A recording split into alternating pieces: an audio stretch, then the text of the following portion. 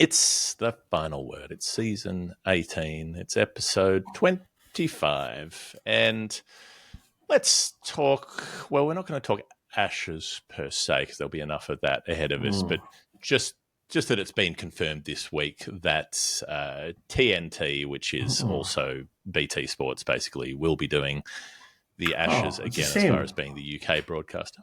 So that's been the case for the last couple of times. I think 2017, 18. They sent a whole team over. 21, 22, they didn't because the COVID restrictions made it all much more difficult. So they had in-studio commentators in London mostly, and then they had Adam parachuting into the post-game to do stuff from the ground, and they had Vish, Vidish and Hunter involved in their stumps show and so on. So it was a cross-continental sort of thing. So I don't know what they're doing this time around, if they're going full team or not full team. But basically Sky have been pretty clear the last few times that they're not interested in going for the Australian series, given it's the middle of the night, presumably, and most of their audience is so solidly UK that you in theory can't access Sky from outside the UK. I didn't realize TNT and BT are the same. I was, I grew up watching WCW on TNT, so I wasn't expecting. I did bump into, like I do, Nasser Hussain, who and I was trying to get him because I sent him a picture the other day. So there was I don't know whether you watched. There was a clip of Dinesh Karthik getting Nasser Hussain and Michael Atherton into bespoke jackets and suits and pants and all of that. So it's trying to redesign their fashion. So I messaged Nasser Hussain saying, "Oh," because he makes fun of my clothes all the time. I said, "Oh, I see you're looking for a new." You're open for fashion design, like fashion designers. So he just replied back saying, "There's fashion, and then there's your fashion." And then I sent him a picture of the light up jacket that I have, Ric Flair-esque jacket, and he couldn't believe his eyes that clothes like that exist. But I was very keen to get him here, to get him into my clothes. But that's when I realized that Sky won't be coming, and it's maybe unlikely that he comes. Michael Atherton obviously comes as a journalist, and he'll be doing TV here, like he did, and probably radio as well. He was part of the SEN team last time, so I don't know what he'll be doing this time. He was doing 7, wasn't he? And he was doing 7 in SEN last time, and writing for the Times. So he'll be here, but Nasser Hussain, maybe now even more reason for him to stay away because he's worried that I'll put him in the light up jacket. But so I wonder who I'd be TNT. surprised if he didn't come. Surely he would come, wouldn't he? At some point, you'd think so.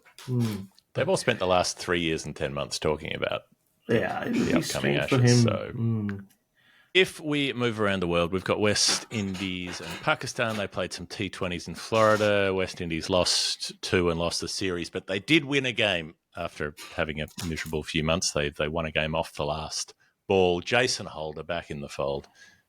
Hit a boundary off the last ball of the innings to chase some runs there. And then they won an ODI in Trinidad. They're playing 3 there. So it's 1-1 at the moment. I think the third one is pending. But there's a lot of that recent test team, are that one-day team. Brandon King's there. Casey Carty, the Carty party is there. Shea Hope's there. Ralston Chase is there. Justin Graves is there. So Chase and Graves sealed the chase in that second game. And, well, I don't know. Anytime West Indies win something at the moment, it feels like it matters. I mean, God, they need whatever they can get. Yeah, it just seems like their cricketers on the ropes, doesn't it? Like in the future almost of West Indies cricket. We've spoke a lot about their test team, and they lost 5-0 to Australia in the T20s. I think they lost the series to Pakistan, if I'm not mistaken, the T20 series. Yeah, 2-1. And then they went down in the one-day series, and down in a rain-affected game, they seem to have come back and a scratch to victory. But hopefully they can win this next game and get themselves a series win. They need something. They need something from whatever they get from this point on. They have a 2-test tour coming up soon of India, so that you wouldn't think would go their way. But yeah, I mean, it's struggle down for them. And The one exciting thing I found out about the one day series is my old friend Adrian Bharat is doing commentary for the first time on radio. So he sent me a link and then I'll try to listen to him. I think the game starts sometime tonight, Australia time. So it's good because he was lost. Well, it's actually just started at the time of recording. So they're West Indies are batting first. They're 33 for 1. Oh wow! Okay. There you go. And Evan Lewis is 19 not out. Yeah. You'll be able to tune in once we finish recording. Another team having some struggles at the moment, Zimbabwe, who got spifflicated by New Zealand in the first test. The good news bit was Brendan Taylor coming back 3 years out of the game. He had that long suspension, and I guess you're not normally jumping up and down being like welcoming people back who've been suspended from the game for what do you call it? What's the ACSU kind of stuff for anti-corruption measures? He didn't report his thing was that, right? He didn't report it, and he was approached by someone and didn't. He was approached. He didn't report it when he was supposed to, and then and his life just spiraled. It's a great story of redemption. Yeah, well, it's at least the comeback bit of it is. So he had big problems with addiction, drug and alcohol addiction, and things got out of control, and he spent that time out of the game. He came back. He was opening the batting. He at least had an okay time when they batted. He top scored and made 44, but they got smashed. They were bowled out for 125 and 117 either side of New Zealand, making 601 for 3, if you don't mind, declared. Scores of over 150 for 3 players. That's my worst nightmare, 3 150s in an innings. Conway was opening. Nichols and Ravindra were not out. Hot Matt Henry Summer, 5 for 40 in the first innings, and then Zach Folks, 4 for and then 5 for on debut, 9 wickets in the match. Best debut by a New Zealand bowler. But it is a pattern with Zimbabwe that the gap between them and the rest of the World Test Championship countries seems a lot bigger than it used to be. Massively so. And we saw the South Africa tests and the fact that these two series that Zimbabwe have played were played on the alongside what is happening in England, where Test cricket was winning and Test cricket was back and all of that. Kind of tells you about the disparity between the top teams and which wasn't the case when Zimbabwe were very competitive. I mean, they weren't beating everyone regularly, even in the late 90s or early 2000s, but they were challenging teams. Yeah, and they got beaten badly sometimes. But they weren't beaten badly all the time. Matthew Hayden made 380 against them and all of that. But still, when you went to Zimbabwe, they were a force. It took good teams to play good cricket to beat them, and they would have performers like who would put on whether it was Andy Flower or Heath Streak or whoever else, Alistair Campbell, my favorite Zimbabwean cricketer of that era, Guy Whittle made 2 double hundreds. So, but it is sad, and you do wonder. Dan Cherney, our good friend, ace reporter for News Corp, he's generally a good vibe check on social media, and he kept at least he posted thrice screenshots of just the Zimbabwe New Zealand Test match, saying, "Well, Test cricket or whatever, Test cricket is winning," or like classic Dan Cherney tweets, just kind of, but it puts into context, satirical, very massively so, and so it is, and the argument about. It's a little like it's like the richest people having a big summer garden party at their country estate and enjoying their delicious foods and wines, and then saying, I keep hearing that the economy is struggling, and it seems like it's going fine to me. So it's not struggling at all. Have another canapé, have some more champagne. That's England, India, Australia with their lovely 5-test series with all of the chance and with all of the resources to be competitive with one another and to have played out these contests. The last two, India's last two series against England and Australia have been magnificent to watch because they've been allowed to be magnificent to watch. And like if you're an F1 fan, then watching the those teams send their cars around would be awesome. And then if you and I rocked up with like something from the shitbox rally and just, and we were funding a team and driving a Datsun Z20Y around the track, it wouldn't look quite so good. So yeah, you can be the teams patting yourself on the back for producing a great series, but it only exists in the context in which it exists, which is that everybody else is somewhere else. Yeah, exactly. And I think that's like this series is the perfect segue for us to talk about the discussion around two tiers or divisions, and I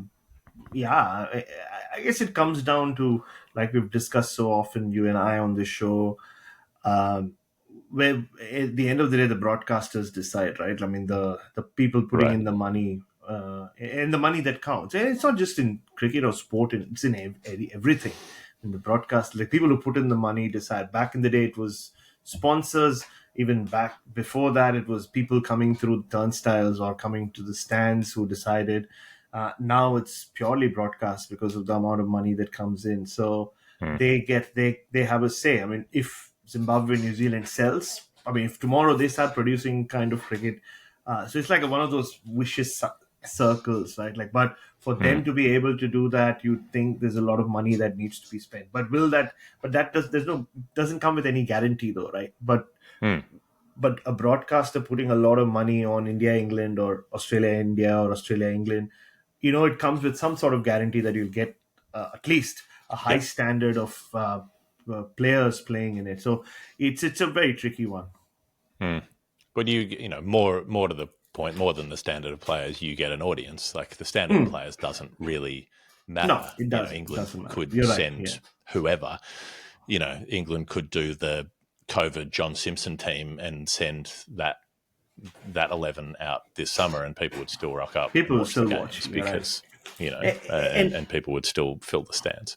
Yeah, and we saw in the West Indies, it wasn't just the low quality of their team or the fact that they were bowled out for 27. It was, for me, the big takeaway from that, sadly, was the fact that they had to block off one stand because they didn't expect anyone to come, and people didn't come. There was that one night which was exciting when Alzari Joseph bowled, but we're really picking at straws if we get excited about 90 minutes of 1,000 people being excited about something. Yeah, of a contest, but then which was sort of a contest because the conditions were so difficult that it brought the contest closer together.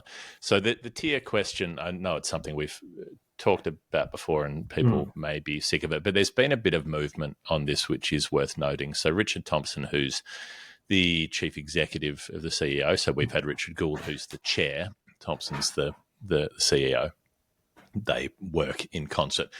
He was interviewed this week, and I guess if you're looking at it in terms of Zimbabwe's recent efforts, you're looking at the cases for a two-division World Test Championship rather than a two tiers, and the difference would be promotion relegation, right? If you've got two divisions, there's movement between divisions.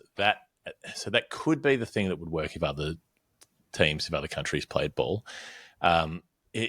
It provides a structural incentive to improve. So you've got Zimbabwe at the moment who are putting money into playing tests. They're hosting tests. They want to play test cricket. They want to get better at it. Okay, you give them something to aim for, the chance to get promoted, which really isn't there for Ireland at the moment, where it's basically theoretical. Ireland don't have the money or want to spend the money on test cricket at the moment. Afghanistan aren't really doing much there. I would imagine the Afghanistan eye is on World Cups because they've been competitive at the last couple of World Cups in 50 overs and 20 overs. They're thinking, well, we want to win one of these, or we want to make the final of one of these initially and worry about that more than Test cricket. But the Richard Thompson interview, the self-interest part is like, at least he's upfront about being self-interested. So the quote that drew my eye was, we wouldn't want, as England, we may go through a fallow period, and that means what? We fall into Division 2 and we don't play Australia and India. That couldn't happen. There has to be a sense that common sense needs to play out here.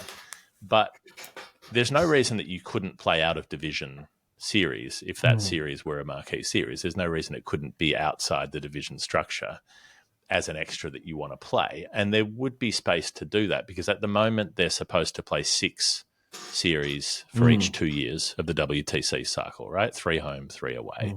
If you're in a 6-team division, you only need to play 5 series, not 6. So there is an extra space there. If India and Pakistan end up in the same division, they probably won't play each other. So they're probably going to be playing 4 series. So India would be playing 4 series, which means there would be 2 spots for them to play the other 2 big 3 countries if they wanted to do that. They might even go as low as saying that you only have to play 4 series in a 2-year cycle to count towards the division thing, because that way you could remove the pressure for India to play Pakistan and make that easier. And I mean, it's a small sample size to promote a relegated team based on 4 series in 2 years.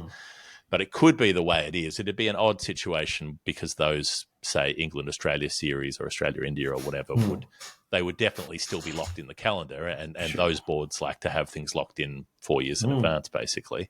But it would just vary as to whether they counted as part of the division structure towards a Test Championship title or not. They could drop in and out of counting, I guess.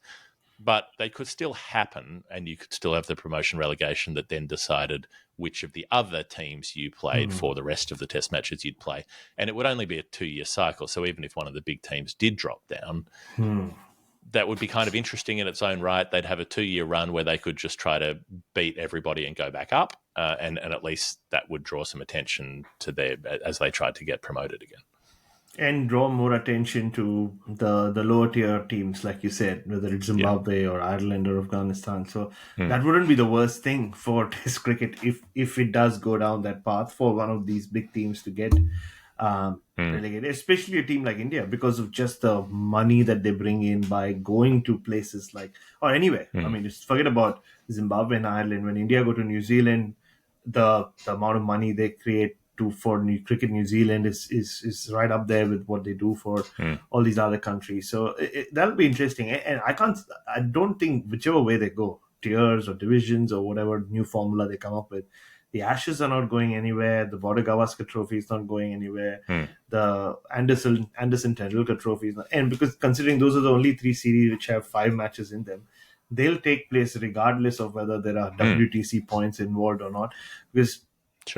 Because even while those series are on, how often do we talk about the WTC? Unless, like with the last Border Gavaskar Trophy, there was a direct impact on who gets into the final.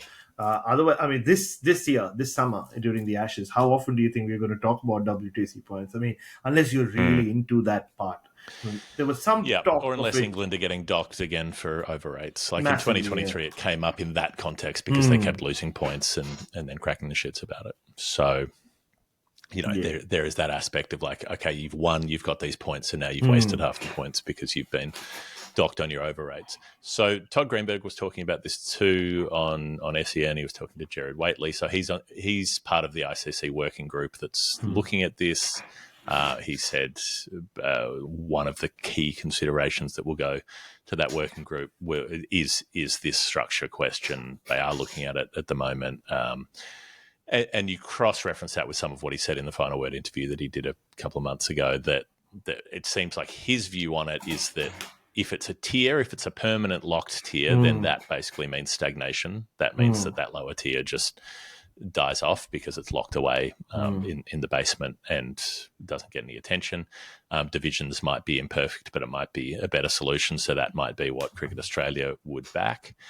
But it was broadly encouraging, and he's been broadly encouraging on this. Where the line that stood out was, what role do we have to help others to step up? Because it's in our interest to have strong opponents, and this is the key thing. Like that's the drum that I've been banging for years. Is that it's not a charity thing. You get people going, oh, why should particularly some of the sort of one-eyed BCCI fans who sort of conflate the cricket board with the entire nation and say if you're questioning the cricket board, you're undermining our grand national project. No. They're saying, why should we give money away to beggars who are at our door, essentially? You invest money in other teams so that those teams will remain strong, so that you have strong teams to play, so that it's interesting for you to watch. It's a cycle. You know, you nurture the soil in your garden so that plants can grow from it. Why should I waste money buying dirt? Well, because down the track it could be useful. So I think it's at least encouraging that they see that. And yeah, he said the other quote was that he had an open mind. He said, if it helps grow the opportunities for those other countries to be stronger and have better resourcing in Test match cricket, if it does that, then I'm open to it. If it doesn't achieve that and achieves the opposite, then I wouldn't be supportive. So I don't know. I don't know how much clout CA particularly is going to have on that group, but at least they're on it. They are, and I think knowing, like I said, the fact that and like I always say, the one thing people don't understand, who are not from India, about Indian cricket is there needs to be an Indian cricket team playing as often as possible, right? Like whether they're playing whatever format it is, wherever they're playing. Yeah. So you need more every teams day of the year. Every day India of the should year. be playing somewhere. India has to be, except the IPL window. Like for now, I mean, maybe like they'll still find an Indian team and like send them to go and play somewhere else. But that hasn't happened so far. Just the guys who get released to play county cricket, immediately can make up him. So that they do actually.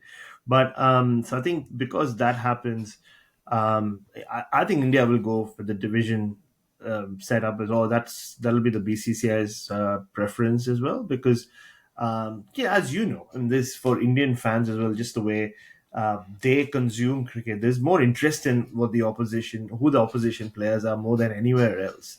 Maybe England is a distant second, because in Australia, for the casual fan, who cares who is in the opposition, right? Like even with the Ashes, in Australia, as long as we're beating them, we couldn't give a shit who they are. It doesn't matter who opens, and it's only you and I and like people who are really into it who'll care about Crawley or Duckett and those guys. Like, but they'll know Ben Stokes. There's like one play, like 4 years ago or whatever it was, 8 years ago, it was Kohli, and then last time it was Bumrah. Yeah. So we can have one. There can be one player that Australians are interested in if they're phenomenal. Like they have to be so good, and then. Or you might have the odd little moment of celebrity. Nitish Kumar Reddy had a moment. Yeah. There's the occasional little bit, but like Shamar mostly. Joseph when he had the Gabba test. In Brisbane. It'll be one of those. Yeah, you're right. It's Amir Jamal had a moment for Pakistan. There are a few little bits, but nobody remembers that later.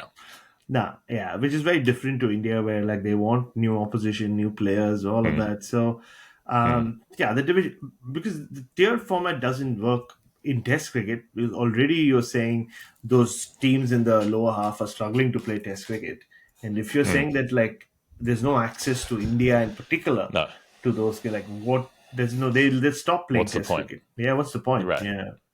So I think even though it's only a money loser from that point. It is, yeah. So they'll lose all kinds of money and support. So I think it will be divisions, and the fact that look, it's very unlikely that Australia or India will get relegated. And the only reason I say that is because they win so much at home. England still lose the occasional series on home soil. Australia and India rarely lose a series at home. So they'll do enough to just be in there. I'm saying even if suddenly you hit a patch where Australia entered the mid 1980s period where they're in this massive transition. But it just, doesn't... But it'd be a great story. It'd be a big story. People would be interested if they got relegated. And then people would watch, I think that would actually be more good. People in Australia would watch, I think, be keener on that, because it's a funny thing I've learned about Australian sport culturally, especially when it comes to cricket, where more people get interested if they lose, I've seen, than if they win. Which is completely the opposite to India, as people who do podcasts very well know. When India lose, the number of viewers just drops, the numbers just drop. So it's so if Australia end up being relegated and are forced to spend 18 months playing against Ireland and Zimbabwe, I think there will be a lot of interest there. If Australians lose, we get pissed off about it, and then we want to hate watch the next game in case like if you've already decided like Nathan McSweeney's no good, well then you hate watch the next game because as an Australian you're hoping to see him fail again so you can yell at the TV and say that you were right. That's a driving motivator, I think. For a while, and then after a long enough period of time, then your team becomes the Wallabies and nobody pays any attention anymore. you can't lose for too long, but you can lose for long enough to piss people off. That's And why then the come sort back. of 2009, 10, 11 sort of era where Australia were often flaky was it drove interest and people got into it.